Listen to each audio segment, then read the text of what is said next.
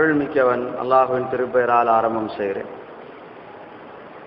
ஸலவாத்தும் ஸலாமும் சத்திய தூதர் உயிருக்கு உயிரான நம் உயிரை விட மேலான நபிகள் நாயகம் ஸல்லல்லாஹு அலைஹி வஸல்லம் அவர்கள் மீதும் அவர்களை முழுமையாக பின்பற்றி வாழ்ந்த உத்தம சத்திய சஹாபாக்கள், தாபியூன்கள், தபோ தாபியின்கள், நல்லோர்கள், உலக முஸ்லீம்கள், குறிப்பாக இந்த ஜும்மாவிற்கு வருகை தந்திருக்கக்கூடிய நம் அனைவரின் மீதும் எல்லாமல்ல அல்லாஹுவின் அளவிலா அன்பும் இணையிலா கிருபையும் ஸலவாத்தும் ஸலாமும் ஆஃபியத்தும் என்றென்றும் உண்டாவதாக. ஆரம்பமாக அஞ்சுவதும் அடிபணிவதும் அல்லாஹ் ஒருவனுக்கே என்ற உபதேசத்தை எனக்கும் உங்களுக்கும் வசியத் செய்தவனாகவும், எல்லா சந்தர்ப்பங்களிலேயும் எல்லா நிலைமைகளிலேயும் அல்லாஹுவாலும் அல்லாஹ்வின் தூதர் நபிகள் நாயகம் ஸல்லல்லாஹு அலைஹி வஸல்லம் அவர்களாலும் எதையெல்லாம் ஹலால் என்று ஆகமாக்கி வைத்திருக்கிறார்களோ அதையெல்லாம் எடுத்து நடக்கும்படியும், எதையெல்லாம் ஹராம் என்று தடுத்து வைத்திருக்கிறார்களோ அவைகளை விட்டு தவிர்ந்திருக்கும்படியும் மீண்டும் ஞாபகப்படுத்தியவனாக என்னுடைய ஜும்மா உரையை ஆரம்பம் செய்கிறேன். அன்பிற்குரிய எல்லாமல்ல அல்லாஹ்வின் நல்லடியார்களே, இஸ்லாமிய பெரியோர்களே, சகோதர நண்பர்களே,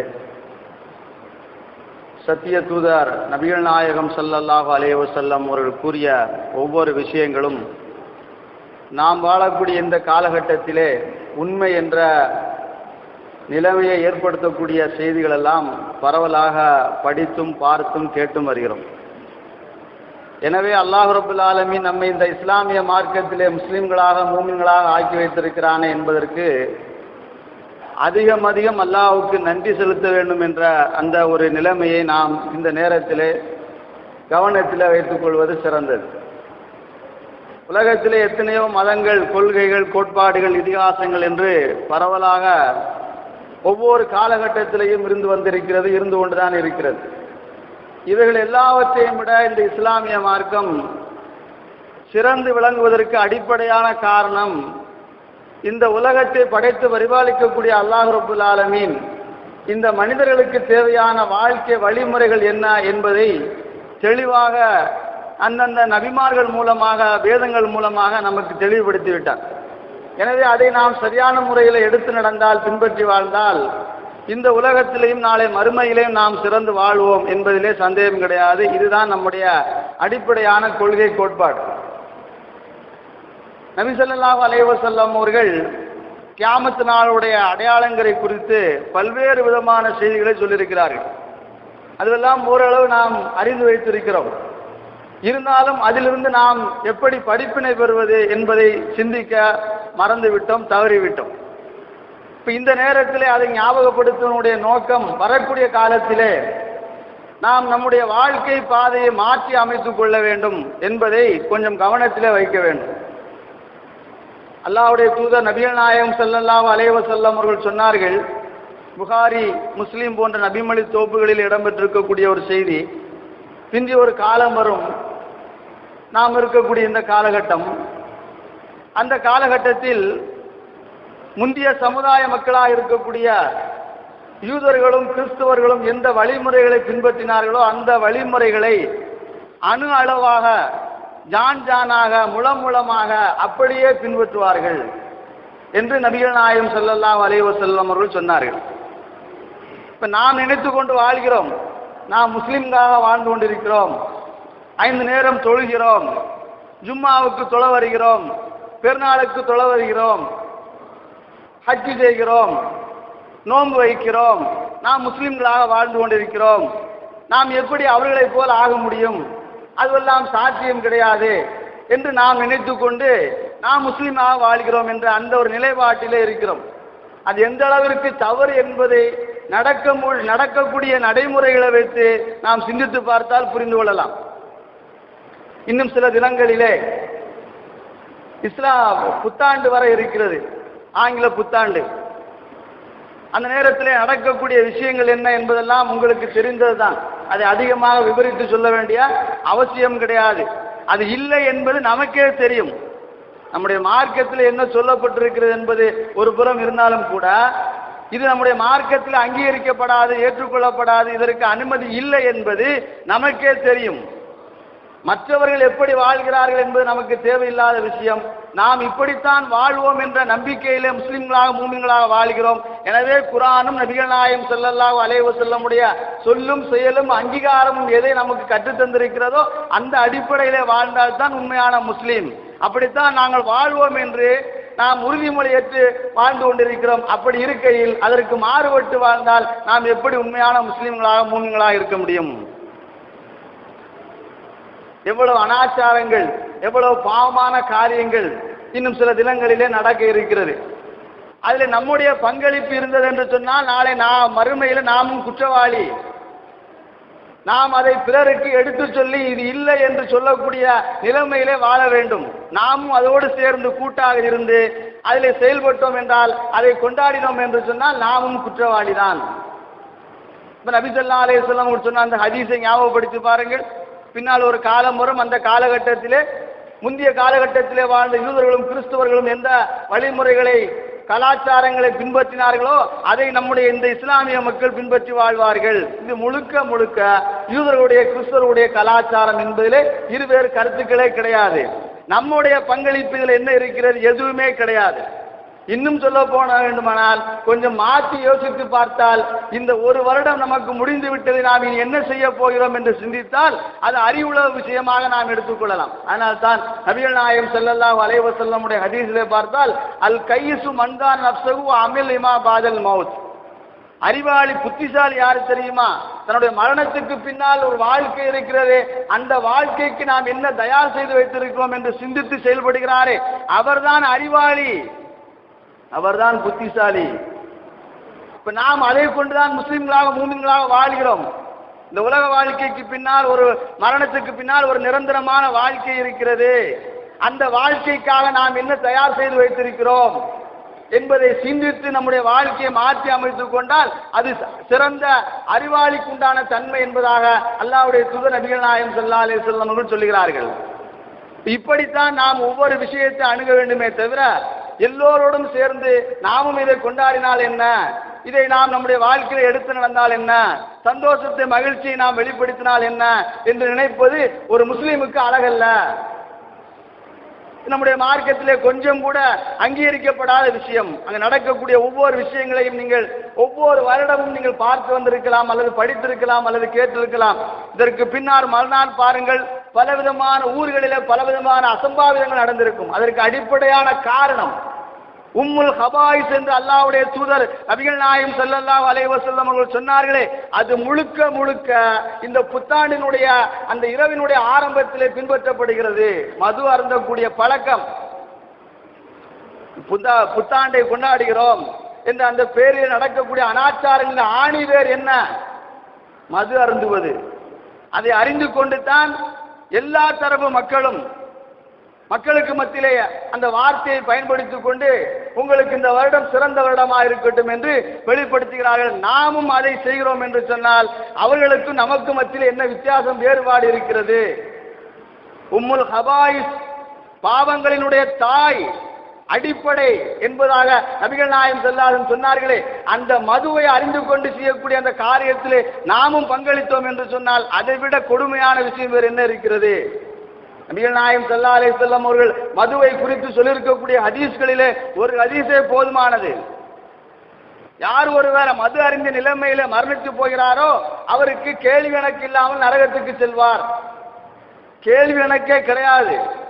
முழுக்க முழுக்க காபிர் என்ற அந்த அந்தஸ்திலே அவர் இறந்து போய் விடுகிறார், மரணித்து விடுகிறார். அதே நிலைமையில தான் நாளை மறுமையில் எழுப்பப்படுவார். முஸ்லீமாக நாம் வாழ்ந்து கொண்டிருக்கிறோம் என்று நானும் நீங்களும் நினைத்துக் கொண்டிருக்கிறோம்.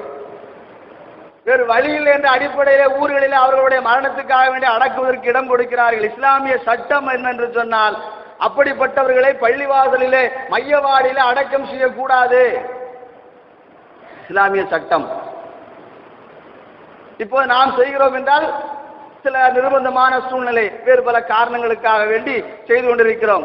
அது செய்து முடித்தாலும் கூட இப்படி முஸ்லீம்கள் அடக்கப்படக்கூடிய அந்த பள்ளிவாசலில் மையவாடியில் அடக்கப்பட்டு விட்டார்களே, அவர்கள் முஸ்லீமாக ஆகிவிட்டார்களே, நாளை மறுமையில் அல்லாஹ்விடத்தில் முஸ்லீமாகவே இருப்பார்கள் என்று யாரும் நினைத்தால் அது தவறு. ஒருவர் திருடக்கூடிய நேரத்திலையும் மது அருந்தக்கூடிய நேரத்திலையும் ஈமானை பறிக்கப்படுகிறது என்று அல்லாஹ்வுடைய தூதர் நபிகள் நாயகம் ஸல்லல்லாஹு அலைஹி வஸல்லம் சொன்னார்கள். ஒருவர் மது அருந்துகிறார் என்றால் அவர் முஸ்லீமே கிடையாது. அவருடைய உள்ளத்தில் இருந்து ஈமான் என்ற அந்த தன்மை பறிக்கப்படுகிறது. ஒருவர் திருடுகிறார் என்று சொன்னால் அவருடைய உள்ளத்தில் இருந்து ஈமான் பறிக்கப்படுகிறது. அதே நிலைமையில ஏதோ ஒரு விபரீதமான ஒரு நிலைமையின் காரணமாக மரணித்து போய்விட்டால் முஸ்லீம் என்ற அந்த நிலைமை இல்லாமல் போய்விடுகிறார். ஈமான் என்ற அந்த சுடர் இல்லாத நிலைமையில் அவர் மரணித்து போய்விடுகிறார். அப்படியே இருந்தால் அவர் எப்படி நாளை மறுமையில் இருப்பார் என்பதை நீங்கள் புரிந்து கொள்ளலாம். இதுவெல்லாம் நம்முடைய மார்க்கத்திலே இவ்வளவு தெளிவாக தடுக்கப்பட்டிருக்கக்கூடிய நேரத்திலே அதை நாம் எடுத்து நடந்தோம் என்று சொன்னால், அதை நம்முடைய வாழ்க்கையிலே நாம் பின்பற்றினோம் என்று சொன்னால் அது எவ்வளவு பெரிய பாவத்துக்குரிய விஷயம் என்பதை நீங்கள் புரிந்து கொள்ள வேண்டும். நபிகள் நாயகம் ஸல்லல்லாஹு அலைஹி வஸல்லம் அவர்கள் சஹாபா பெருமக்களுக்கு போதித்த வழிமுறைகளை வரலாற்றிலே பார்த்தால் நம்முடைய வாழ்க்கையிலையும் நாம் இப்படித்தான் வாழ வேண்டும் என்பதற்கு அவருடைய வாழ்க்கை வரலாறு ஒரு படிப்பினையாக பார்க்க முடியும். ஹக்கீம் இப்னு ஹஸாம் ரலியல்லாஹு தஆலா அன்ஹு என்று சொல்லக்கூடிய ஒரு நபி தோழர், அந்த நபி தோழர் நபிகள் நாயகம் ஸல்லல்லாஹு அலைஹி வஸல்லம் இடத்திலே வந்து போரிலே கிடைக்கக்கூடிய அந்த கனிமத் பொருட்கள், போரிலே வெற்றி பெற்றால் யார் வெற்றி பெறுகிறாரோ அவர்களுக்கு அந்த போரிலே கிடைக்கக்கூடிய பொருட்கள் சொந்தம். யாரெல்லாம் அதிலே பங்களிப்பு செய்தார்களோ கலந்து கொண்டார்களோ அவர்களுக்கு அந்த போரிலே கிடைத்த வெற்றி பொருட்களில் இருந்து பங்கு வைத்து கொடுப்பது நபிகள் நாயகம் ஸல்லல்லாஹு அலைஹி வஸல்லம் வழக்கம். அல்லாஹ் குர்ஆனிலே அது சட்டமாக ஏற்றிருக்கிறான். ஹக்கீம் இப்னு ஹஸாம் ரலியல்லாஹு தஆலா அன்ஹு அவர்கள் நபிகள் நாயகம் ஸல்லல்லாஹு அலைஹி வஸல்லம் இடத்திலே சென்று, யா ரசூலல்லாஹ், நான் இந்த போரிலே கலந்து கொண்டிருக்கிறேன், எனக்கு ஏதாவது கனிமத்து பொருட்களை கொடுங்கள் என்பதாக கேட்டார்கள். நபிகள் நாயகம் ஸல்லல்லாஹு அலைஹி வஸல்லம் கொடுத்தார்கள். அதற்கு பின்னால் யா ரசூலல்லாஹ் இன்னும் கொஞ்சம் கொடுங்கள் என்பதாக கேட்டார்கள். நபிகள் நாயகம் ஸல்லல்லாஹு அலைஹி வஸல்லம் அவர்கள் கொடுத்தார்கள். மூன்றாவது தடவையும் கேட்டார்கள். நபிகள் நாயகம் ஸல்லல்லாஹு அலைஹி வஸல்லம் கொடுத்தார்கள். கொடுத்ததற்கு பின்னால் சொன்னார்கள், அல்லாஹ்வுடைய தூதரிடத்தில் இருக்கக்கூடிய அழகிய பண்பு நடைமுறை நம்முடைய வாழ்க்கையில பின்பற்றுவதற்கு தேவையான விஷயங்களில் இதுவும் ஒன்று. நாம இருந்தால் என்ன செய்வோம்? ஒருவர் ஒரு இடத்தில் ஒருவர் கேட்கிறார் என்றால் ஒரு தடவை கொடுப்போம், இரண்டாவது தடவை கேட்டால் கொஞ்சம் முகத்தை சுழித்து கொண்டு கொடுப்போம், மூன்றாவது தடவை திட்டி விடுவோம், ஏசி விடுவோம். எல்லோருக்கும் கொடுக்க வேண்டாமா, உனக்கு மட்டும்தான் கொடுக்க வேண்டுமா, இன்னும் எத்தனை நபர்கள் இருக்கிறார்கள் என்பது போன்ற அந்த பேச்சுக்களை பேசுவோம். நபிகள் நாயகம் ஸல்லல்லாஹு அலைஹி வஸல்லம் வாழ்க்கை வரலாறை நீங்கள் படித்து பாருங்கள். பலவிதமான புத்தகங்கள் தமிழில் வந்து விட்டது, ஒவ்வொரு மொழிகளிலேயும் இருக்கிறது. தமிழிலே கூட ஏராளமான தமிழ் புத்தகங்கள் இருக்கிறது. எல்லாவற்றையும் படித்து பார்த்தால் நம்முடைய வாழ்க்கையில எப்படி வாழ வேண்டும் என்ற ஒவ்வொரு விஷயங்களையும் அதில் நாம் பார்க்கலாம். மனைவி இடத்துல எப்படி நடக்கலாம், பிள்ளை இடத்துல எப்படி நடக்கலாம், தன்னை சார்ந்திருக்கக்கூடிய சமூகத்தில் எப்படி நடக்கலாம் என்று பல்வேறு விஷயமான தகவல்களை பார்க்க முடியும். அதில் இது ஒன்று. 3 தடவை கேட்கிறார்கள், முகம் சுளிக்கவில்லை, முறைத்து பார்க்கவில்லை, ஏளனமாக பார்க்கவில்லை, தரக்குறைவான முறையில் அவர்களை எதுவும் சொல்லவில்லை. 3 தடவை கொடுத்ததற்கு பின்னால் சொன்னார்கள், யா ஹக்கீம் இன்னல் மால ஹஸ்ரத்துன் ஹல்வா, ஹக்கீமே இந்த காசு பணங்கள் பொருளாதாரம் இருக்கிறது அது ரொம்ப ஈர்ப்பானது, அது இன்னும் வேண்டும் இன்னும் வேண்டும் என்ற அந்த எண்ணத்தை ஏற்படுத்தக்கூடியது. மனிதனுடைய உள்ளத்தில் அது ஏற்படுத்திக் கொண்டே இருக்கும். காசு பணத்தை பார்த்தால் உலகத்தில் நீங்கள் எல்லாம் யதார்த்தமாக இதை பார்க்கலாம். அல்லாஹ்வுடைய தூதர் சொன்ன அந்த வார்த்தை இன்றைய காலகட்டத்தில் நாம் இருக்கக்கூடிய இந்த காலம் வரைக்கும், இந்த நிமிடம் வரைக்கும் காசு பணம் என்று சொன்னால் எதையும் இழக்க தயார் என்ற நிலைமையில எத்தனையோ மக்கள் இருக்கிறார்கள். எனக்கு மானம் மரியாதை எதுவுமே தேவையில்லை, எனக்கு தேவை காசு பணம், அது எப்படி வந்தாலும் பரவாயில்லை என்ற அந்த ஒரு நிலைப்பாட்டில் இருக்கக்கூடிய மக்கள் இருக்கிறார்கள். ஏன் வருகிறது, எப்படி வருகிறது, அது சரியா தவறா, ஹலாலா ஹராமா, கூடுமா கூடாதா, என்ன விஷயம் என்ற எந்த விதமான சிந்தனையும் இல்லாமல் எனக்கு வந்தால் போதும், அதற்காக என்னுடைய மான மரியாதை குழி தோண்டி புதைக்க தயாராக இருக்கிறேன் என்ற நிலைப்பாட்டில் இருக்கக்கூடிய மக்களும் இருக்கிறார்கள். அதைத்தான் நபி ஸல்லல்லாஹு அலைஹி வஸல்லம் சொல்கிறார்கள், ஹக்கீமே இந்த காசு பணம் இருக்கிறது அது மனிதனை ரொம்ப ஈர்ப்பானது, அந்த மனிதனுக்கு இன்னும் வேண்டும் வேண்டும் என்று எதிர்பார்க்கக்கூடிய சிந்தனை ஏற்படுத்தக்கூடியது. ஒரு விஷயத்தை நீ புரிந்து கொள், உனக்கு கொடுக்கப்பட்டதை மனமோந்து நீ ஏற்றுக்கொண்டால் அதிலே உனக்கு பரக்கத் செய்யப்படும். அது இன்னும் வேண்டும் இன்னும் வேண்டும் என்று எதிர்பார்ப்போடு அதை நீ பெற வேண்டும் என்ற சிந்தனையில் இருந்தால் அதிலே பரக்கத் இருக்காது. அழகாக நபிகள் நாயகம் ஸல்லல்லாஹு அலைஹி வஸல்லம் சொன்னார்கள். வாழ்க்கை தத்துவம் ஒவ்வொரு முஸ்லிமான மூமினான ஆண்கள் பெண்கள் மட்டுமல்ல, உலகத்தில் வாழக்கூடிய ஒவ்வொருவரும் இந்த வழிமுறையை பின்பற்றினால் போதும். நான் இவ்வளவு உழைத்திருக்கிறேன், இவ்வளவு சம்பாத்தியம் செய்திருக்கிறேன், எனக்கு 100 ரூபாய் கிடைத்திருக்கிறது என்று ஒருவர் நினைக்க வேண்டும், இன்னொருவருக்கு 500 ரூபாய் கிடைத்திருக்கின்ற அவர் நினைக்க வேண்டும், 1000 ரூபாய் கிடைத்திருக்கின்ற அவர் நினைக்க வேண்டும். யார் யாருக்கு எவ்வளவு கிடைக்கிறதோ அதை போதும் என்ற மனத்தோடு எடுத்திருந்தால் அதிலே பரக்கத் செய்யப்படும், அதில் அல்லாஹ் உதவி செய்வான். அதுதான் உண்மையும் கூட. நீங்கள் ஓடி ஆடி எனக்கு இவ்வளவு கிடைத்து விட்டது, அவருக்கு அவ்வளவு கிடைத்திருக்கு என்று கவலைப்படுவதன் காரணமாக அல்லது ஏற்க பெருமூச்சு விடுவதன் காரணமாக அது கூட போவது கிடையாது. அப்படித்தான் இருக்க போகிறது. அதனால் நம்முடைய சிந்தனையும் உடலும் பல்வேறு விதமான பாதிப்புக்குள்ளாமே தவிர வேறு எதுவுமே ஏற்படாது. அல்லாஹ்வுடைய தூதர் நபி ஸல்லல்லாஹு அலைஹி வஸல்லம் சொல்கிறார்கள், ஹக்கீமே, உனக்கு கொடுக்கப்பட்டதை கொண்டு போதுமாக்கிக்கொள், இன்னும் வேண்டும் இன்னும் வேண்டும் என்று எதிர்பார்க்காது, அதில் பரக்கத் இருக்காது. அந்த நபி தோழர் சொன்ன வார்த்தை தான் இப்போ நீங்கள் கவனத்தில் வைக்க வேண்டும். எதற்காக இது ஞாபகப்படுத்தப்படுகிறது என்பதை நீங்கள் புரிந்து கொள்ளலாம். அல்லாஹ்வுடைய தூதர் ஒன்று சொல்லிவிட்டால் அதற்கு சஹாபா பெருமக்கள் எந்த அளவிற்கு முக்கியத்துவம் கொடுத்திருக்கிறார்கள். தன்னுடைய உயிர் மூச்சு உலகத்தில் இருக்கக்கூடிய கடைசி நிமிடம் வரைக்கும் அந்த வார்த்தையில் இருந்து கொஞ்சம் கூட பின்வாங்க மாட்டார்கள். அந்த நேரத்தில் வேண்டுமானால் சொல்லி அதை சமாளித்துக் கொண்டு அவருடைய நன்மதிப்பை பெறுவதற்காக வேண்டி செய்து கொள்ளலாம் என்று சஹாபாக்கள் செய்ததாக எந்த ஒரு குறிப்பை நீங்கள் பார்க்க முடியாது. இந்த நேரத்தில் முனாஃபிக்குங்க தான் அப்படி செய்தார்கள். நபிகள் நாயகம் ஸல்லல்லாஹு அலைஹி வஸல்லம் வரக்கூடிய நேரத்தில், யா ரசூலல்லாஹ், நீங்கள் தான் எல்லாம், நீங்கள் சொல்வது போல நாங்கள் நடந்து கொள்கிறோம், அப்படியே இருந்து கொள்கிறோம் என்று சொன்னதாக குர்ஆன் சொல்கிறது. எதிர்களிடத்திலே, காவிரிடத்திலே, முஷ்ரிக்கிடத்திலே சென்றால் நீங்கள் சொல்வது போல தான் நாங்கள் இருக்கிறோம், அவரிடத்திலே சும்மா சென்றோம், வேண்டுமென்றே நாங்கள் செல்லவில்லை, வேறு எந்த நோக்கத்திற்காக செல்லவில்லை என்று அவரிடத்திலே பேசிக் கொள்வார்கள். இது முனாஃபிக்குடைய தன்மை என்று குர்ஆனும் நபிகள் நாயகம் ஸல்லல்லாஹு அலைஹி வஸல்லம் ஹதீஸுடைய விளக்கத்திலேயும் பார்க்க முடிகிறது. ஆனால் உண்மையிலே சஹாபாக்கள் அப்படி இருந்ததாக எதையுமே பார்க்க முடியாது. ஹக்கீம் இப்னு ஹிஸாம் ரலியல்லாஹு தஆலா அவர்களுக்கு இந்த வார்த்தை சொன்னபோது, ஹக்கீமே, எது கேட்டாலும் அல்லாஹ்விடத்திலே கேட்டுக்கொள், வேறு யாரிடத்திலையும் எதையும் கேட்காதே, அப்படி கேட்டால் அது உனக்கு மனநிறைவான வாழ்க்கையை கொடுக்காது என்று நபிகள் நாயகம் ஸல்லல்லாஹு அலைஹி வஸல்லம் சொன்னபோது ஹக்கீம் இப்னு ஹிஸாம் ரலியல்லாஹு தஆலா அவர்கள் சொன்னார்கள், யா ரசூலல்லாஹ், நீங்கள் சொன்ன இந்த வார்த்தை எனக்கு உயிரை விட மேலாதாக நான் மதிக்கிறேன், ஒருபோதும் இதை நான் விட்டுவிட மாட்டேன், இனி எக்காரணத்தை கொண்டும் யாரிடத்திலையும் எதையுமே கேட்க மாட்டேன். இந்த நபி தோழருக்கு உண்டான பங்கைத்தான் அங்கு கேட்டார்கள், அதிகப்படியாக கேட்டார்கள் என்பதுதான் இந்த வரலாற்றினுடைய ஆரம்ப செய்தி. அது கடமையும் கூட பொறுப்பும் கூட. பைத்துல் மால் என்ற அந்த நிதியிலிருந்து ஏழை எளியவர்களுக்கு, தேவையுள்ளவர்களுக்கு கொடுக்க வேண்டும் என்பது இஸ்லாமிய சட்டம், வழிமுறை. இந்த நபி தோழர் சொல்கிறார்கள், யா ரசூலல்லாஹ், இதற்கு பின்னால் நான் யாரிடத்திலையும் எதையுமே கேட்க மாட்டேன். எந்த அளவிற்கு இந்த வார்த்தையை தன்னுடைய வாழ்க்கையில எடுத்து நடந்தார் என்பதை அவருடைய வரலாற்றினுடைய கடைசி வரைக்கும் பார்த்தால், ஒட்டகத்திலே அல்லது குதிரையிலே செல்லக்கூடிய நேரத்திலே அந்த ஒட்டக சாட்டை, குதிரையினுடைய சாட்டை கீழே விழுந்துவிடும்.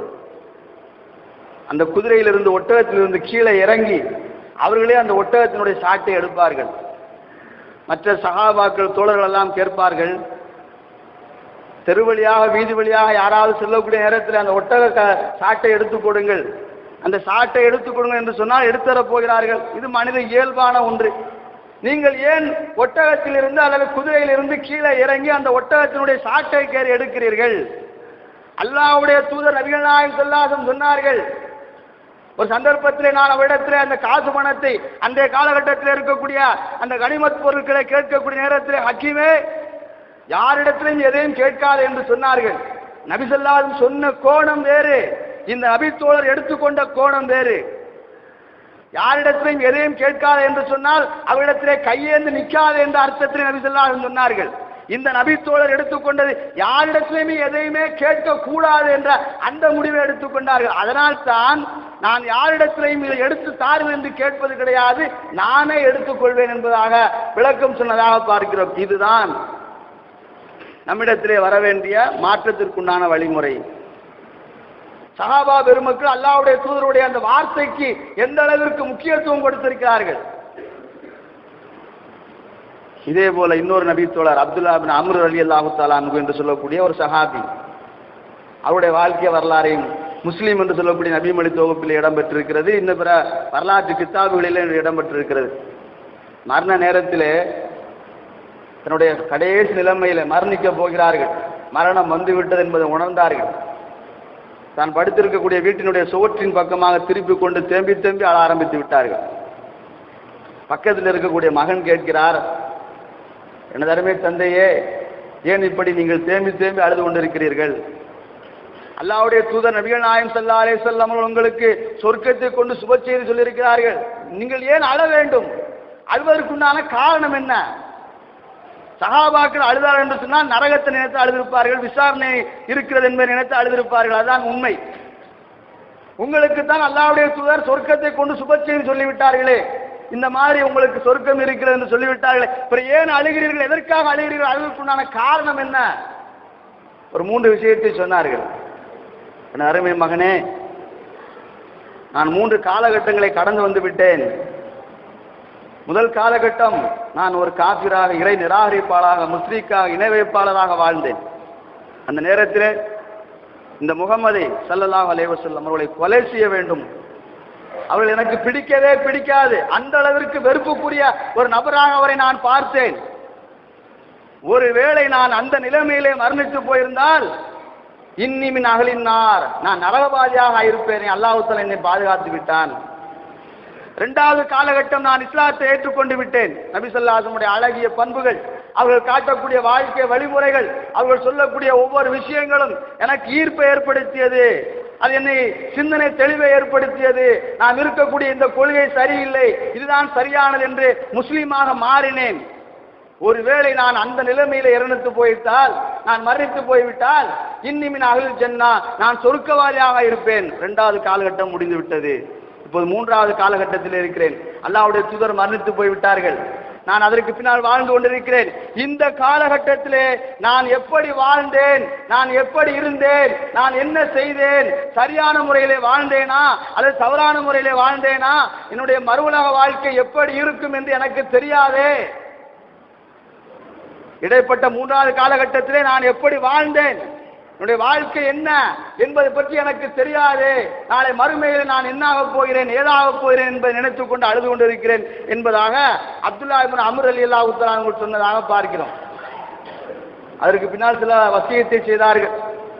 நான் இறந்து போய்விட்டால் ஒப்பாரி வைத்து அழாதீர்கள், கூப்பாடு போடாதீர்கள், அன்றைய காலகட்டத்தில் இருந்த அந்த முறைப்படி என்னை அடக்கம் செய்யாதீர்கள், என்னை கபரில் அடக்கம் செய்ததற்கு பின்னால் கொஞ்ச நேரம் எனக்காக அங்கு நில்லுங்கள், துவா செய்யுங்கள் என்று சொன்னார்கள் மகனுக்கு. அந்த நேரத்திலே மலக்குல் மௌத் அல்லது முன்கர் நக்கீர் என்று சொல்லக்கூடிய கேள்வி கேட்கக்கூடிய மலக்கள் வரக்கூடிய நேரத்திலே நான் என்ன பதில் சொல்லலாம் என்று நான் தயார்படுத்திக் கொள்வேன். ஒரு ஒட்டகத்தை குர்பானி கொடுத்து அதை உரித்து அந்த இறைச்சியை பங்கிடக்கூடிய நேரம் எவ்வளவு நேரம் இருக்குமோ அது வரைக்கும் என்னுடைய கபருக்கு பக்கத்திலே நீங்கள் நின்று கொள்ளுங்கள், துவா செய்யுங்கள். அது வரைக்கும் நான் அடுத்து என்ன செய்யலாம், என்ன கேள்விக்கு பதில் சொல்லலாம் என்று என்னை நான் தயார்படுத்திக் கொள்வேன் என்பதாக தன்னுடைய மகனுக்கு வசியத் செய்தார் என்பதாக பார்க்கிறோம். சொர்க்கத்தை கொண்டு சுப செய்தி சொல்லப்பட்ட ஒரு நபித்தோழர் நம்முடைய மரண வாழ்க்கைக்கு பின்னால் மறுவுலக வாழ்க்கையிலே நாம் என்னாக போகிறோம், ஏதாக போகிறோம் என்ற கவலையிலே தன்னுடைய வாழ்க்கையினுடைய கடைசி நேரத்தை கழித்திருக்கிறார் என்று சொன்னால் நாம் எப்படி இருக்க வேண்டும் என்பதை நீங்கள் புரிந்து கொள்ளுங்கள். ஆரம்பத்தில் சொன்ன அந்த விஷயத்துக்கு வருகிறேன். ஒரு உண்மையான மூமினாக இருந்தால் மரணத்துக்கு பின்னால் இருக்கக்கூடிய வாழ்க்கைக்காக வேண்டி தன்னை தயார் செய்து கொள்ள வேண்டும். இந்த புத்தாண்டு வருகிறது, சந்தோஷமாக மகிழ்ச்சியாக கொண்டாடலாம். மற்ற சமுதாய மக்கள் என்னென்ன வழிமுறைகளை செய்கிறார்களோ அதை நாம் பின்பற்றி வாழலாம், சந்தோஷத்தை மகிழ்ச்சியை வெளிப்படுத்தலாம் என்று நினைப்பது தவறு. இதற்கு பின்னால் 50 வருடம் முடிந்து விட்டது, 60 வருடம் முடிந்து விட்டது, இப்படி ஒவ்வொரு வருடங்கள் கழிந்து கொண்டே இருக்கிறது. நாம் இந்த வாழ்க்கையிலே முஸ்லிமாக மூமின்களாக வாழ்ந்து கொண்டிருக்கிறோமே, மறு உலக வாழ்க்கைக்காக வேண்டி எதை தயார் செய்து வைத்திருக்கிறோம்?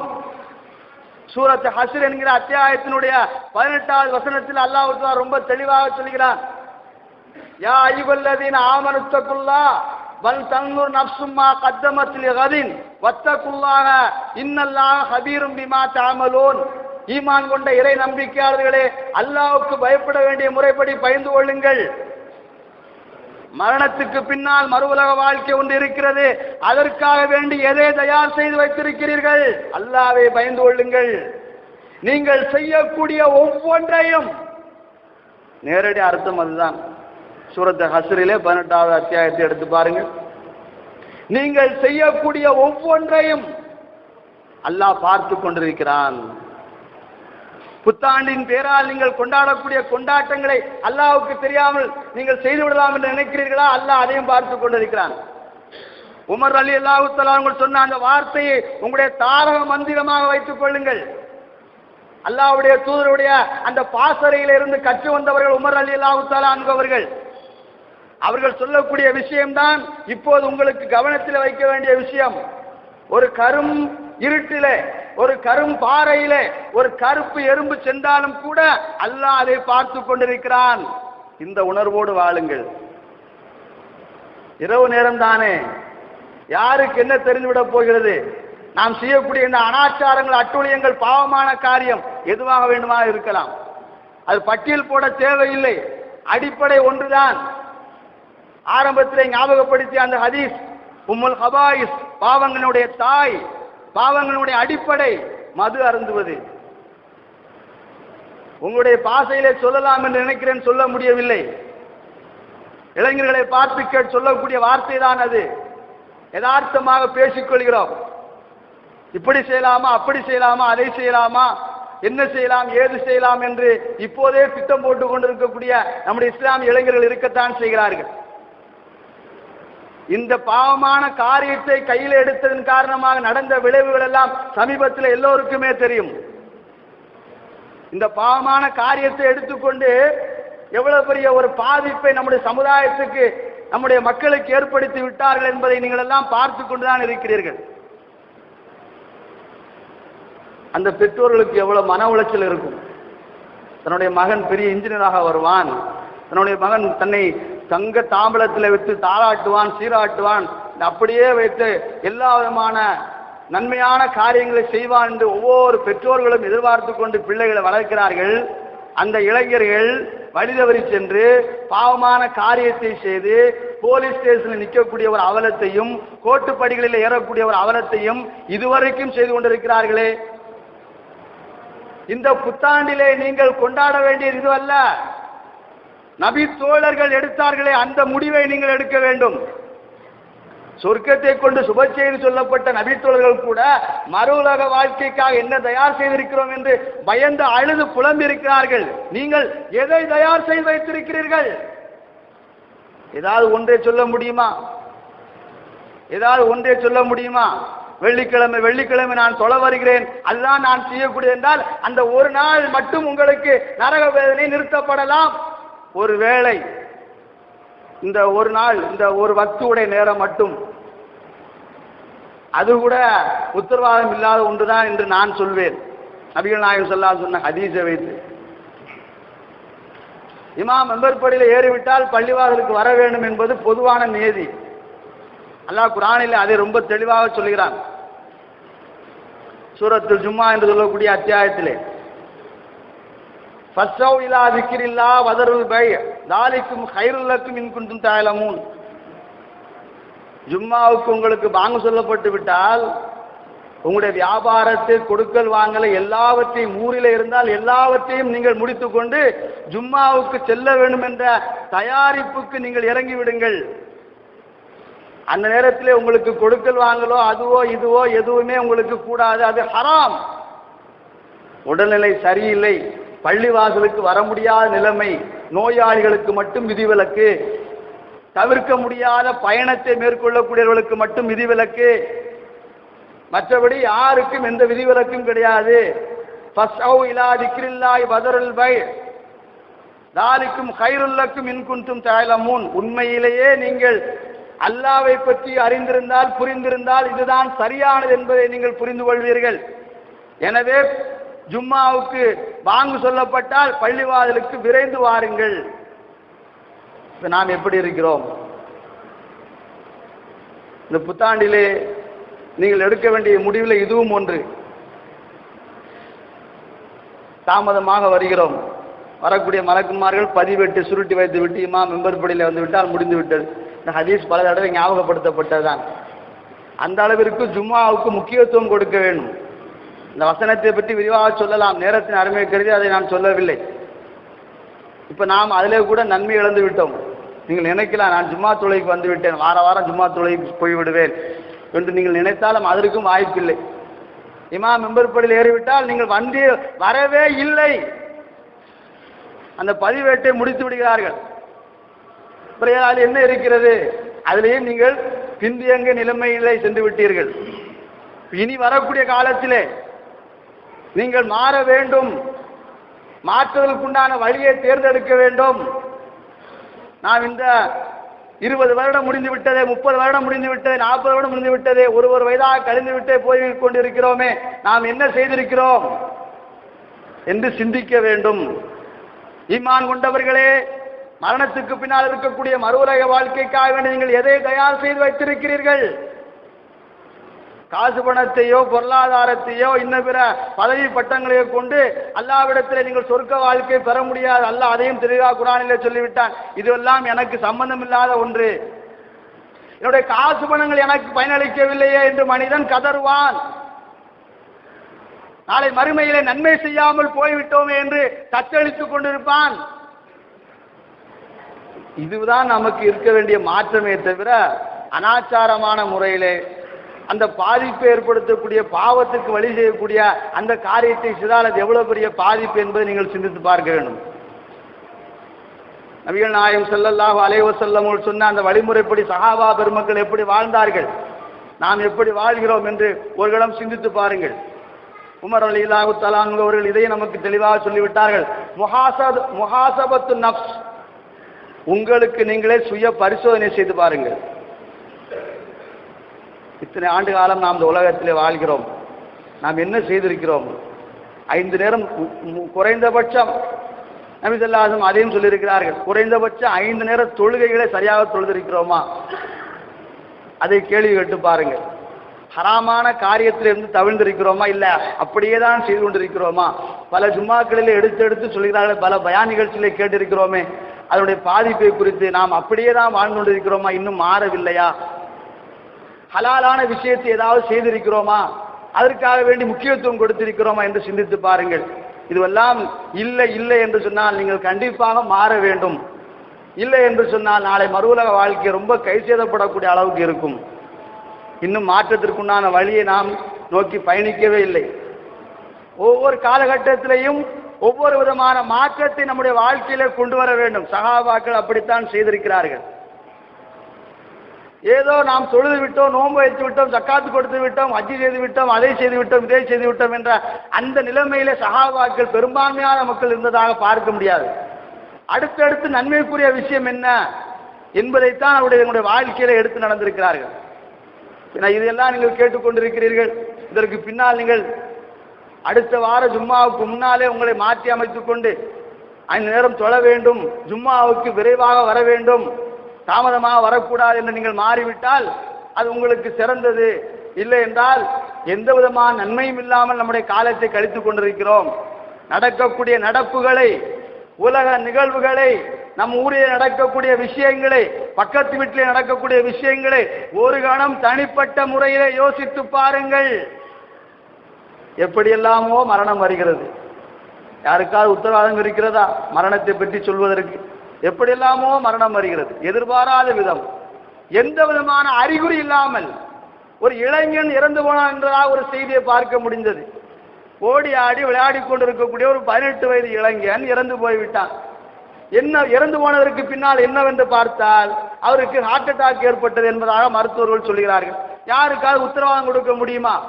நான் ஒரு இளைஞன், சுறுசுறுப்பானவன், எப்படி அவனுக்கு அந்த நோய் வந்தது, எப்படி அவனுக்கு மரணம் வந்தது? நீங்களெல்லாம் நினைக்க வேண்டும், யோசித்து பார்க்க வேண்டும். மரணம் வந்து விட்டால் எல்லாம் முடிந்து விட்டது. ஆட்டம் பாட்டம் கொண்டாட்டம் எல்லாம் முடிந்து விட்டது. அதையெல்லாம் நீங்கள் யோசித்து பார்த்தால், ஒரு முஸ்லீமா இருந்தால் யோசிக்க வேண்டும். நபி ஸல்லல்லாஹு அலைஹி வஸல்லம் அவர்கள் இதை கற்றுக் கொடுத்தார்கள். ஒவ்வொரு நாளும் இரவு தூங்கக்கூடிய நேரத்திலே உங்களுடைய தலைக்கு பக்கத்திலே ஒரு டைரி எழுதி வைத்துக் கொள்ளுங்கள் என்று சொன்னார்கள் நபிகள் நாயகம் ஸல்லல்லாஹு அலைஹி வஸல்லம் அவர்கள். யார் யாருக்கு என்ன கொடுக்க வேண்டும், யார் யார் நமக்கு என்ன தர வேண்டும், என்னென்ன விஷயங்கள் என்பதை நீங்கள் எழுதி வைத்துக் கொள்ளுங்கள். நாம் பிறருக்கு கடன் கொடுக்க வேண்டும் என்றால் அதை கண்டிப்பாக எழுதி வைத்துக் கொள்ள வேண்டும். நமக்கு பிறர் தர வேண்டும் என்றால் பரவாயில்லை, நாம் தப்பித்துக் கொள்ளலாம். நாம் பிறருக்கு கொடுக்க வேண்டும் என்றால் நாளை மறுமையில் அவர் கடனாளியாக உங்களிடத்தில் வந்து நான் கொடுத்த கடனை கொடுங்கள் என்று கேட்டால் என்ன செய்ய போகிறீர்கள்? ஒரு ஷஹீதா இருந்தாலும் கூட அவருக்கு நாளை மறுமையில இதற்கு பதில் சொல்லியாக வேண்டும். ஷஹீத் என்று சொன்னால் அல்லாஹ்வுக்காக வேண்டி தன்னுடைய உயிரை தியாகம் செய்தவர், கேள்வி கணக்கு இல்லாமல் சொர்க்கத்துக்கு போவார். கடனா இருந்தால் அதற்கு பதில் சொல்லியாக வேண்டும் என்று நபிகள் நாயகம் ஸல்லல்லாஹு அலைஹி வஸல்லம் சொல்லியிருக்கிறார்கள். இரவு நேரத்திலே தூங்குவதற்கு முன்னால் நபி ஸல்லல்லாஹு அலைஹி வஸல்லம் அவர்கள் மரணத்தை நினைத்துக் கொண்டு தூங்குங்கள். எந்த ஒரு மதத்திலையும் கொள்கை கோட்பாடுகளும் சொல்லப்படாத ஒன்று மரணம் கூட, சிறு தூக்கம் கூட மரணம் என்பதாக குர்ஆன் சொல்கிறது. இரவு தூங்குகிறோமே அது ஒரு மரணம், உத்தரவாதம் இல்லாத ஒன்று. நாம் எல்லாம் கேள்விப்படுகிறோமா இல்லையா? இரவு நேரத்தில் என்னிடத்தில் பேசிக் கொண்டிருந்தார், காலையிலே பார்த்தால் இறந்து போய்விட்டார். எப்படி இருந்தார்? அந்த தூக்கம் அவருக்கு மரணமாக மாறிவிட்டது. அல்லாஹ் குர்ஆனிலே அதையும் சொல்கிறான். தூக்கத்தின் மூலமாக உங்களுக்கு மரணத்தை கொடுப்போம், கால அவகாசத்தை கொடுத்து உங்களுக்கு மரணத்தை கொடுப்போம். யார் இரவு தூங்குகிறாரோ அவருக்கு தூக்கத்தின் மூலமாக மரணத்தை கொடுப்போம். யார் இந்த உலகத்தில் மீண்டும் வாழ வேண்டும் என்று நாம் நாடுகிறோமோ அவருக்கு அவருடைய ரூகை திருப்பி அனுப்புகிறோம். அவர் இந்த உலகத்திலே வாழ தேவையில்லை, அவருக்கு கால அவகாசம் முடிந்து விட்டது என்றால் அவருடைய ரூகை நாம் கைப்பற்றிக் கொள்வோம் என்பதான் அல்லாஹ் குர்ஆனிலே சொல்கிறான். அதனால் தான் நபி ஸல்லல்லாஹு அலைஹி வஸல்லம் சொல்கிறார்கள், இரவு தூங்கக்கூடிய நேரத்தில் ஒவ்வொரு நாளும் நீங்கள் எழுதி வைத்துக் கொள்ள வேண்டும். உங்களுடைய மனைவியிடத்திலே, உங்களுடைய நண்பர்களிடத்திலே, தெரிந்தவிடத்திலே சொல்ல வேண்டும், இந்த மாதிரி இருக்கிறது, என்னுடைய மரணத்துக்கு பின்னால் இது செய்ய வேண்டும், இது செய்யக்கூடாது. மரணம் எப்போதும் வரும் என்பதற்கு நபி ஸல்லல்லாஹு அலைஹி வஸல்லம் சொன்ன ஆயத்தமான சூழ்நிலை. இப்ப நாம் இதையெல்லாம் கவனத்தில் வைக்க வேண்டும். புத்தாண்டு கொண்டாட போகிறோமே, மரணம் ஏற்பட்டு விட்டால் நாளை மறுமையில கைசட்டப்பட்ட நிலைமையில் அல்லாஹ்வை சந்திப்போமே, நாம் என்ன செய்ய போகிறோம்? இப்போது வரைக்கும், இந்த நொடிப்பொழுது வரைக்கும், இப்போது பேசக்கூடிய இந்த நேரம் வரைக்கும் அல்லாஹ் உங்களுக்கு அவகாசத்தை கொடுத்திருக்கிறான். இதற்கு பின்னால் ஜும்மா தொழுகைக்கு பின்னால் 2 ரக்காத் தொழுது அல்லாஹ்விடத்திலே தௌபா கேட்டு, யா அல்லாஹ், உலக வாழ்க்கை நான் இப்படி பாழாக்கி விட்டேன், பாவமான காரியங்களை செய்து விட்டேன், என்னை மன்னித்து விடு, இனிமேல் நான் அந்த பாவத்தை செய்யவே மாட்டேன் ரப்பே, என்னை மன்னித்து விடுன்னு கேட்டால் அல்லாஹ் மன்னிக்க தயாராக இருக்கிறான். அதற்கு பின்னால் நீங்கள் புது மனிதர், பாவங்கள் நீக்கப்பட்ட பரிசுத்தமான மனிதர். இதை விட அல்லாஹ் அர்ஹமுர் ராஹிம் என்று சொல்வதற்கு வேறு என்ன இருக்கிறது? கொஞ்சம் சிந்தித்து பாருங்கள், யோசித்து பாருங்கள். உலகத்தில் நாம் என்ன செய்து கொண்டிருக்கிறோம், எப்படி வாழ்கிறோம், எந்த வாழ்க்கை சரியானது? உலகத்தில் இப்படியெல்லாம் இருந்தவர்கள் என்ன ஆனார்கள், ஏதானார்கள், எங்கு போனார்கள், என்ன ஆனார்கள்? விடையே கிடைக்காது. மரணம் தான் அவருக்கு கடைசி பதிலாக இருக்கும். எனவே அன்பிற்குரிய அல்லாஹ் நல்லடியார்களே, சஹாபா பெருமக்கள் தம்முடைய வாழ்க்கையிலே ஒவ்வொரு நொடிப்பொழுதும் யோசித்துக் கொண்டு செயல்பட்டு கொண்டிருந்த அந்த மரண சிந்தனை, மறு உலக சிந்தனையோடு வரக்கூடிய காலத்தில் நம்முடைய வாழ்க்கை அமைத்துக் கொண்டு நம்மால் முடிந்த வரைக்கும் அல்லாஹ்வுக்கு பயந்து ஹலால் ஹராம் பேணி அல்லாஹ்வுடைய திருப்தியையும் நபிகள் நாயகம் ஸல்லல்லாஹு அலைஹி வஸல்லம் ஷஃபாஅத்தையும் நம்முடைய நோக்கமாக கொண்டு செயல்படுவதற்கு எல்லாம் அல்லாஹ் ரப்பல் ஆலமீன் நம் அனைவருக்கும் உதவி செய்தால் புரிவானாக. வாஹிரு தவானா அல்ஹம்துலில்லாஹி ரப்பில் ஆலமீன். பாரக்கல்லாஹு வலக்கும் ஃபில் குர்ஆனில் அலீம் வனஃபனா வய்யாக்கும் பில் ஆயாத்தி வ ذிக்ரில் ஹகீம். இன்னஹு தஆலா ஜவ்வாதுன் கரீம் பரூர் ரவூஃபுர் ரஹீம். ரப்புனா